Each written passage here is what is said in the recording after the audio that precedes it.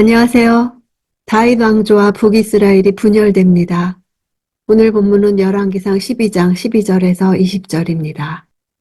12절 왕이 3일 뒤에 내게로 오라고 한 지시대로 여로보암과 그 모든 백성들이 르호보암에게로 왔습니다.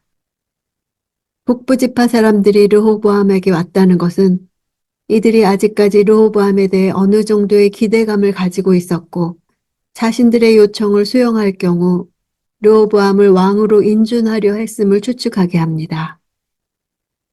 13절 왕은 그 백성들에게 거친 말로 퉁명스럽게 대답했습니다.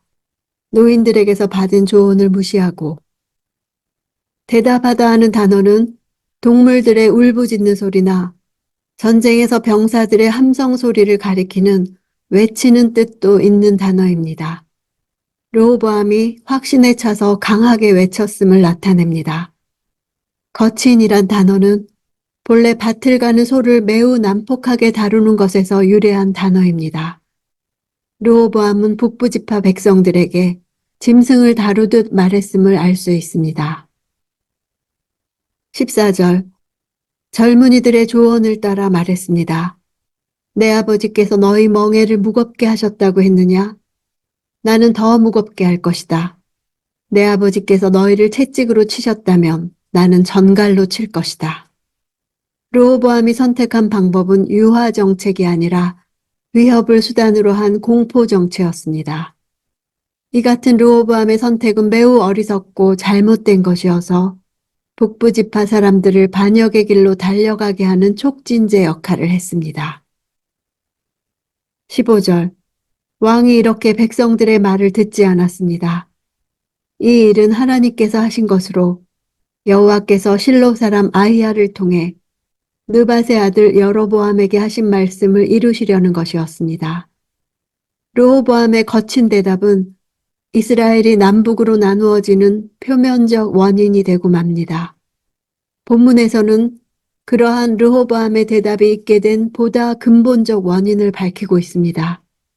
하나님의 주권적 섭리로 말미암은 것입니다. 하나님께서는 과거 바로에게 하셨던 것처럼 르호보암의 완악하고 교만한 마음을 그대로 버려두사 이를 당신의 말씀을 이루시는 방편으로 사용하신 것입니다. 인간 역사는 신적 섭리와 인간적 인과관계가 신비 안에 뒤얽힌 가운데 하나님의 광대한 구속의 역사의 틀 안에서 굴러가는 것입니다. 16절 온 이스라엘은 왕이 자기들의 말을 듣지 않는 것을 보고 왕에게 대답했습니다. 우리가 다윗과 무슨 상관이 있는가?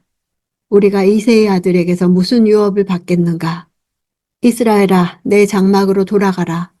다윗이여, 당신 집안이나 돌아보라. 그러고 나서 이스라엘은 자기 장막으로 돌아갔습니다. 상관이 있다는 단어는 나누다, 분배하다 라는 단어에서 유래해 분깃, 소득이라는 뜻을 가지고 있습니다. 우리가 다윗에 대해 무슨 분깃이 있겠는가 라는 뜻입니다.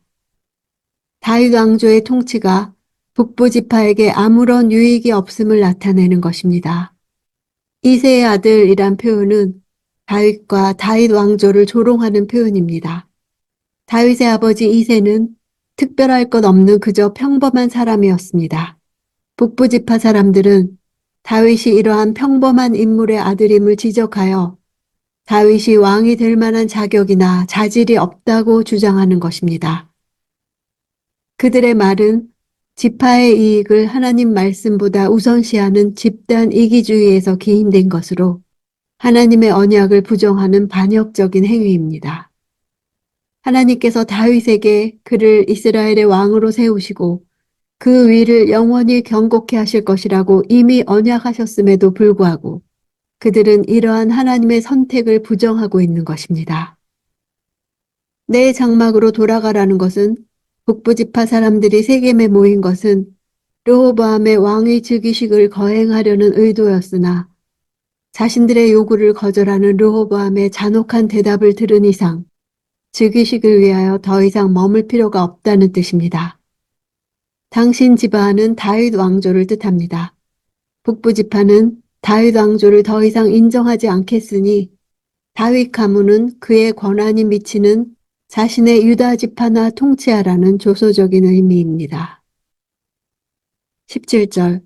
그러나 유다의 여러 성에 살고 있던 이스라엘 자손들은 아직 르호보암의 통치를 받고 있었습니다.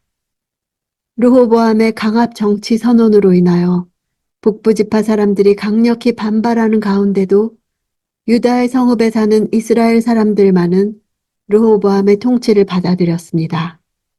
이들은 유다 지파 경내에 살고 있던 베냐민 지파 사람들과 가나안 정복 당시 유다 지경에 터져 살고 있었던 시므온 지파 사람들 또는 정치, 종교, 개인적 이유로 유다 지경으로 이주한 북부 지파 사람들을 가리킵니다. 이들은 자신들의 지파와 상관없이 솔로몬 정책의 혜택을 입고 있던 사람들이었으므로 북부 지파의 반역에 동참하지 않고 르호보암의 통치를 받아들였던 것입니다. 18절. 르호보암 왕이 강제 동원 노동의 관리를 맡고 있던 아도람을 보냈지만 온 이스라엘이 그를 돌로 쳐 죽이고 말았습니다. 그러자 르호보암 왕은 서둘러 자기 전차를 타고 가까스로 예루살렘으로 도망했습니다. 르호보암은 자신의 잔혹한 말에 대해서 조금도 굴하지 않고 거침없이 비난과 조소의 말을 하는 북부 지파들에게 즉각 본격적인 강압 정치를 실행하려 했습니다. 이러한 르호보암의 행동은 현실 감각이 전혀 없는 것이어서 오히려 북부 지파의 대대적이고 실제적인 반역을 초래했을 뿐입니다. 서둘러 도망했다는 것은 르호보암이 자신의 계획이 분명히 성공할 것으로 확신하고 북부 지파의 반역에 대해 아무런 준비도 하지 않았음을 반증합니다. 르호보암 왕이 백성들의 말을 듣지 않은 일이 하나님께서 하신 것으로 아히야를 통해 하신 말씀을 이루시려는 것이었다고 한 것은 한 사건에 대한 인간의 책임과 하나님의 주권에 대해 어떻게 해석할 것인지의 문제를 보여줍니다. 분명히 르호보암은 자신의 욕심과 잘못된 선택으로 나라를 분열시켰습니다. 하지만 하나님의 관점에서 보면 르호보암의 어리석은 선택까지도 하나님의 주권 아래에 있습니다. 하나님께서는 솔로몬의 잘못을 심판하기로 작정하셨고 르호보암의 완악한 마음을 돌릴 기회를 주시지 않고 악하고 어리석은 마음대로 결정하도록 내버려 두신 것입니다. 인간에게 내리시는 가장 큰 심판은 악하고 어리석은 마음을 돌이킬 기회를 주지 않으시는 것입니다. 하나님께서는 하나님의 말씀을 모든 사건들을 통하여 성취하고 계셨습니다. 인간의 눈에는 아무런 의미와 목적 없이 진행되는 것처럼 보이는 일들이 실상은 모두 하나님의 말씀을 성취하기 위한 과정입니다. 하나님의 말씀은 하나도 땅에 떨어짐 없이 모두 성취됩니다.